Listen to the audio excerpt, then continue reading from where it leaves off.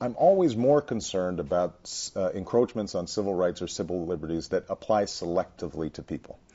When they apply to everybody, there tends to be sort of a majoritarian check. When we come to the wiretap provisions, for example, if those laws start encroaching too much on people's privacy, the average person, me, Joe, everybody starts griping and complaining. If there is an Arab American somewhere getting rounded up by John Ashcroft without benefit of an attorney or due process, that threatens my civil liberties, even if I'm not an immigrant. From early on in life, because of the values that my mother taught me, I think I recognized that we can do better as a society, and I tried to express that in the community organizing work that I did as a young man.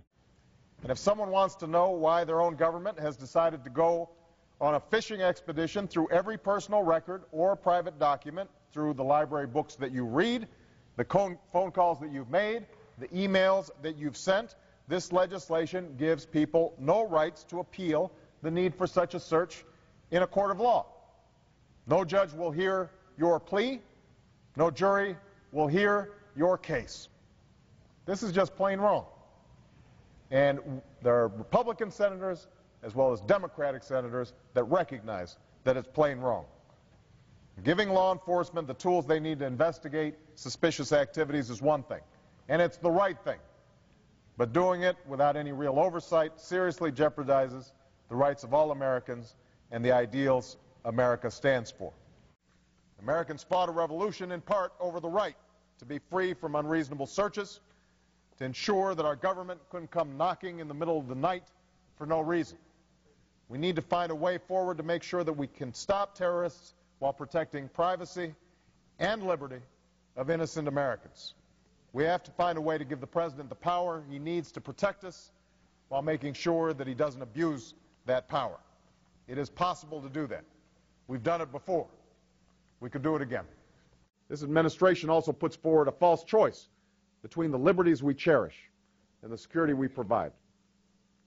I will provide our intelligence and law enforcement agencies with the tools they need to track and take out the terrorists without undermining our Constitution and our freedom. That means no more illegal wiretapping of American citizens. No more national security letters to spy on citizens who are not suspected of a crime. No more tracking citizens who do nothing more than protest a misguided war. No more ignoring the law when it is inconvenient. That is not who we are. And it's not what is necessary to defeat the terrorists. The FISA court works. The separation of powers works. Our Constitution works.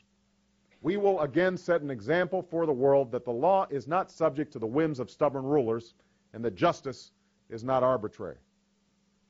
You may think it's Barack, the bomb thrower, but it might be Barack, the guy running for president.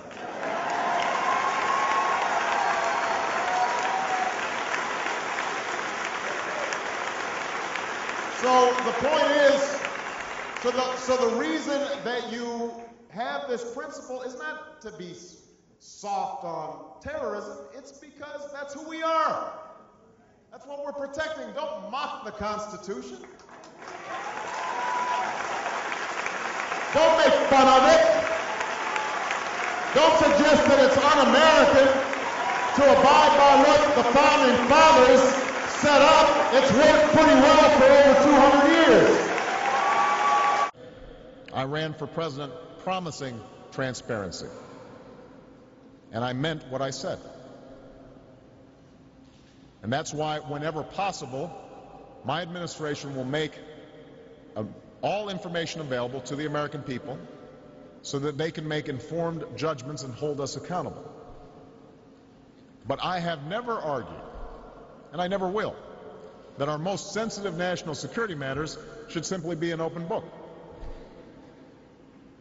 I will never abandon and will vigorously defend the necessity of classification to defend our troops at war, to protect sources and methods, and to safeguard confidential actions that keep the American people safe. Here's the difference, though. Whenever we cannot release certain information to the public for valid national security reasons, I will insist that there is oversight of my actions by Congress or by the courts. Bush-era warrantless wiretapping laws and those types of things not also be lessened.